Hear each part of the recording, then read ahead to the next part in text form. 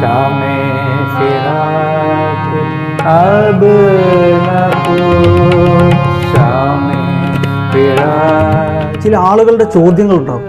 ചോദിക്കുന്നവർക്ക് എളുപ്പമാണെങ്കിലും ഉത്തരം പറയാൻ ഏറെ ബുദ്ധിമുട്ടുള്ളതാണ്.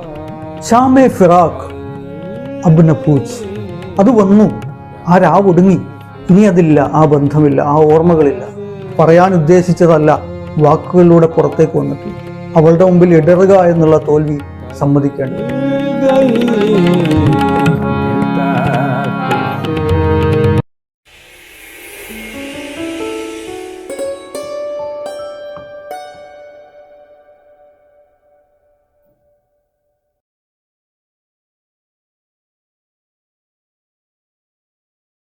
വരിയാഴത്തിലേക്ക് സ്വാഗതം. മനോഹരമായ ഒട്ടേറെ ഓർമ്മകൾ, ഒടുവിൽ ദുഃഖകരമായ ഒരു വേർപിരിച്ച്. പ്രണയത്തിൽ പലപ്പോഴും സംഭവിക്കാറുള്ളത് ഇങ്ങനെയൊക്കെയാണ്. ചില ഓർമ്മകളെ നമ്മൾ മറന്നു കളയാറുണ്ട്. ഇനി അതൊരിക്കലും എൻ്റെ ചിത്തത്തെ വ്രണപ്പെടുത്തരുത് എന്ന് ആഗ്രഹിച്ചുകൊണ്ടിരിക്കും. ഹൃദയത്തിന് പക്ഷേ ആ ഓർമ്മകളെ മാച്ചു കളയണമെന്ന് വലിയ നിർബന്ധമുണ്ടാകും. അതങ്ങനെ ഇടക്കിടക്ക് വന്ന് മുട്ടി വിളിച്ചുകൊണ്ടിരിക്കും. ആ ഓർമ്മകളെ തിരികെ കൊണ്ടുവന്നുകൊണ്ടിരിക്കും.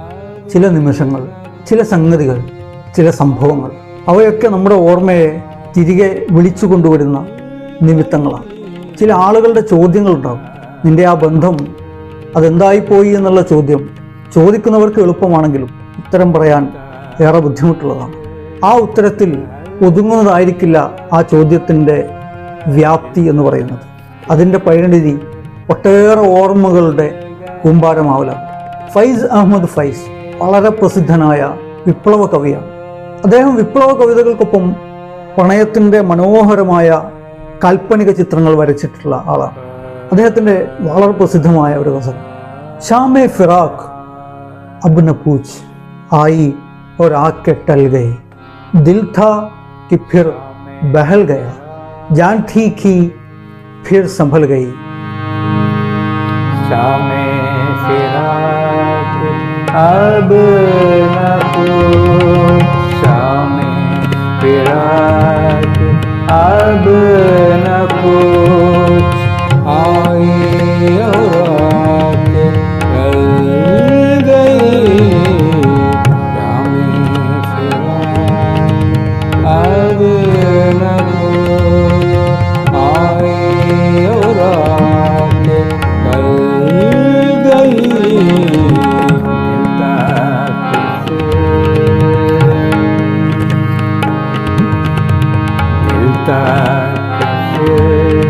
बहल गया दिल तक बहल गया, जाते के फिर संभल गए. ഷാമേ ഫിറാഖ് അബ് ന പൂച്ച് ആയി और आके टल गए. വേർപാടിൻ്റെ രാവിനെക്കുറിച്ച് ഇനി നിങ്ങൾ ചോദിക്കരുത്. അത് വന്നു, വന്ന ശേഷം മൃതിയടഞ്ഞു കഴിഞ്ഞതാണ്. ആ രാവ് ഒടുങ്ങി. ദിൽ ഥാ കി ഫിർ ബഹൽ ഗയ. എൻ്റെ ഹൃദയം അതിനെ തന്നെ പ്രീതിപ്പെടുത്താനുള്ള വഴികൾ കണ്ടെത്തി കഴിഞ്ഞു. ആ രാവിൻ്റെ ഓർമ്മകളിൽ നിന്ന് വിടുതൽ നേടാനുള്ള വഴികൾ കണ്ടെത്തി കഴിഞ്ഞു. ജാൻ ഥീ ഖി ഫിർ സംഭൽ ഗയി. എൻ്റെ ജീവിതം, എൻ്റെ ജീവൻ സമനില വീണ്ടെടുത്ത് കഴിഞ്ഞിട്ടുണ്ട്. ഇനിയും നിങ്ങളത് ചോദിച്ച് ആ സമനില നഷ്ടപ്പെടുത്തരുത് എന്ന് കവി പറഞ്ഞു വെക്കുകയാണ്.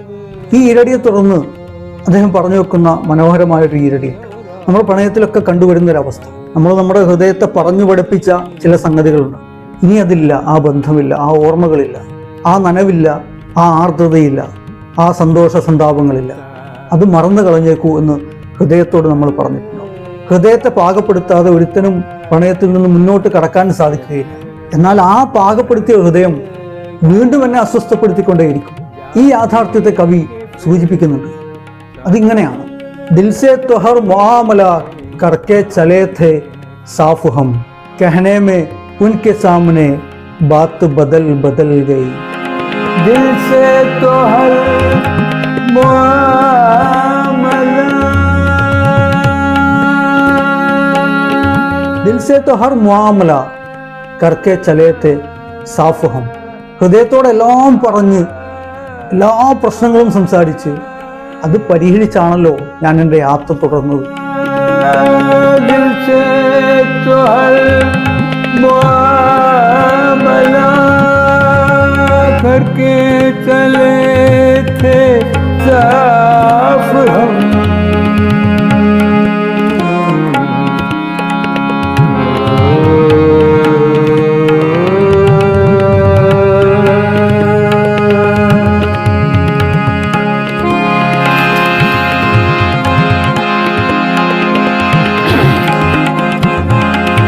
दिल से तो हर मामला करके चले थे साफ हम।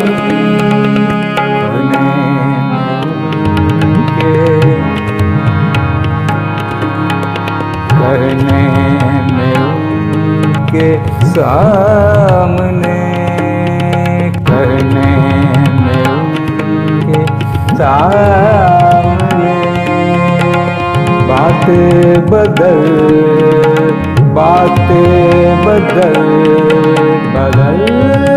गई।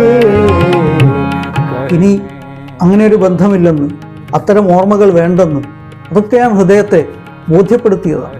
ഞാൻ എൻ്റെ ഹൃദയം ശുദ്ധീകരിച്ചതിന് ശേഷമാണ് പുറത്തേക്ക് പോകുന്നത്.